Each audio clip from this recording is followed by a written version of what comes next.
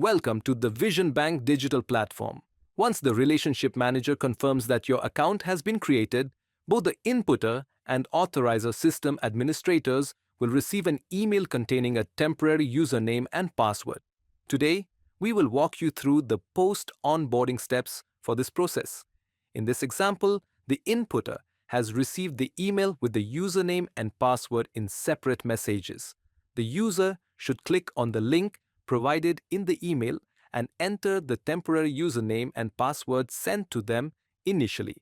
Once the details are validated, the system will move to the next screen.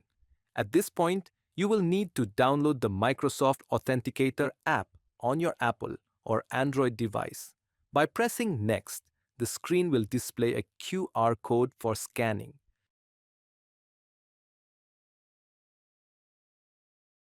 Once the scan is completed on your phone, kindly press the Next button on the web and input the 6-digit unique OTP displayed in the Microsoft Authenticator app for that user.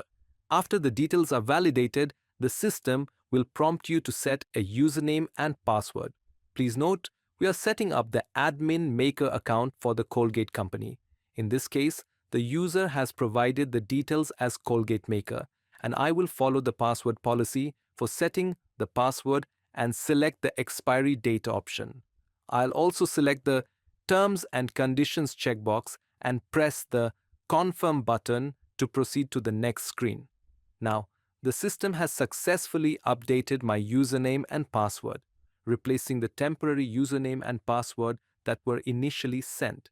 From this point onwards, I will always use these new details to log in. Next, I need to set up my security questions.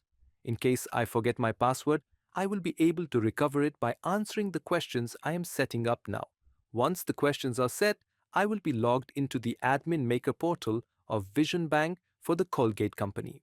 For other system administrators, I will follow a similar setup as I did for the Admin Initiator. The process is the same, and here I will bring the screen up to the Admin Authorizer section. Now, we are on the Admin Initiator screen, starting with the setup process. I will navigate to the System Access Policy section on the left side of the screen. By default, a system policy is available for all users, which includes a session timeout. However, if a user wants to set up their own access policy, they can do so by clicking the Create System Policy button, green button located at the top of the screen. For this example, we will create a policy for financial users. I will name the policy Finance Policy for System and specify the session timeout duration as 10 minutes for finance users when the system is idle. Additionally, the parameters below allow us to define specific days and times when this policy will be active. By default, the policy is set to be available 24 hours a day, 365 days a year. After defining all the required fields, I will press the Next button, which will send the details to the Admin Authorizer for review.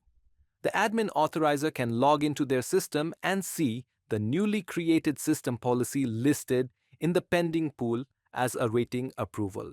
They can click on the 3 dots on the right-hand side and select the Approve option.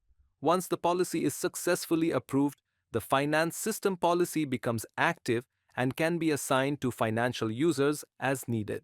The next step is to create a department. To do this, I will navigate to the Department Management section on the left-hand menu and create a new department named Finance. Once the department is created successfully, we can proceed to assign roles within this department. To assign roles, I will click the Assign Role button displayed on the screen. In this step, we need to define 2 roles, Maker and Checker. These roles will ensure that any new users added to this department are appropriately tagged under these roles. For the Finance department, I will create 2 specific roles, Finance Maker and Finance Checker. Once I press the Submit button, the roles will be created successfully. Finally, we will assign these roles to the necessary users under this section to complete the setup. Now, I will navigate to Role Management for each role category. I will start with the Finance Maker role. Policy Selection. First, I will select the policy that was created earlier.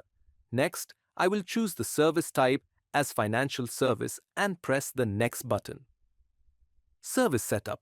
On the next screen, all available services that can be assigned to the maker role will be displayed. For this example, I have selected all services. However, it is important to note that there is also an option to assign specific services to this user category based on requirements. Role type configuration. In the role type section, I will define access based on the user category. For the finance maker role, all options will be selected except Approve. Similarly, for the finance approver role, all options will be selected except Initiate. After selecting the appropriate options, I will press the Next button.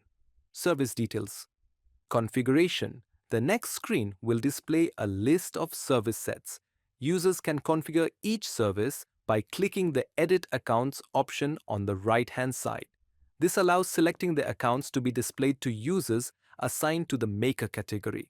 After selecting the appropriate accounts, I will press the Next button to proceed. Approval process. The configured role will require approval from the admin authorizer. The admin authorizer will log in, review the pending request in their queue, and approve it. The same steps must be followed for the finance approver role, ensuring all configurations meet the access and service requirements for this category. Kindly ensure that the service category selected for the maker role is also assigned to the checker role. This alignment is essential to avoid potential challenges for users when accessing specific service categories. Any mismatch between the roles could lead to restricted or inconsistent access to critical services. After the role management service has been approved by the authorizer, the next step is to configure User Access Management (UAM) under each category, Maker and Checker. To do this, I will navigate to the User Access Management service on the left side of the screen. Here, I can define the financial users who will access the Internet Banking portal.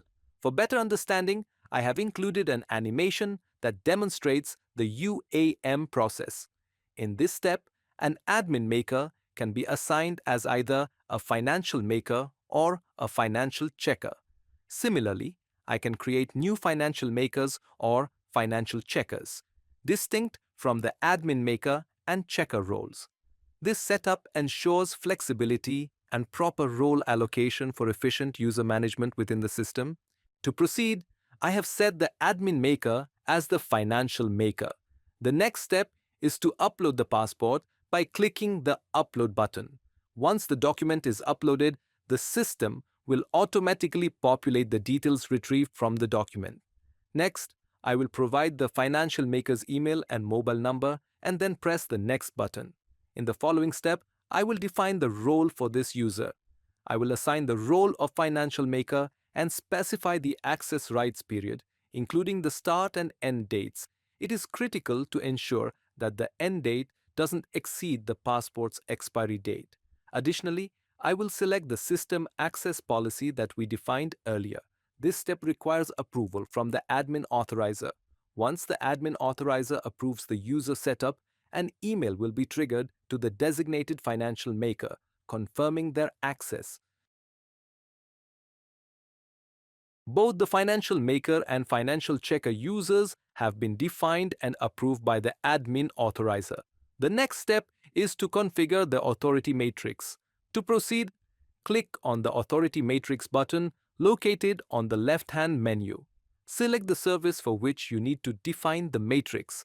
In this example, I have selected Own Account Transfer. For this service, I am setting the matrix as follows.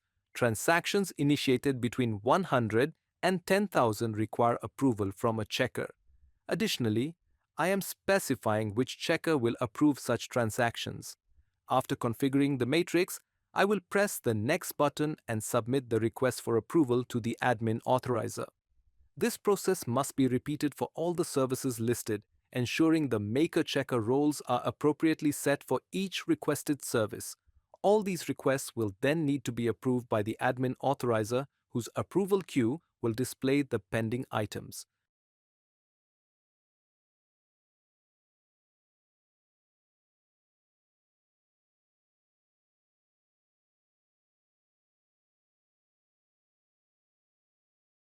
As you can see, the records that have been approved are now in an active state and the authority matrix has been successfully set for them. Once this activity is completed, the financial maker can check the email address that was set by the admin maker during the user definition process.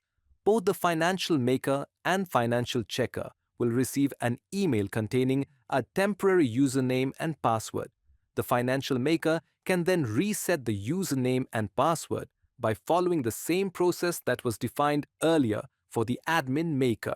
Once this step is completed, the financial maker can log into the Vision Bank net banking portal and begin using the assigned services.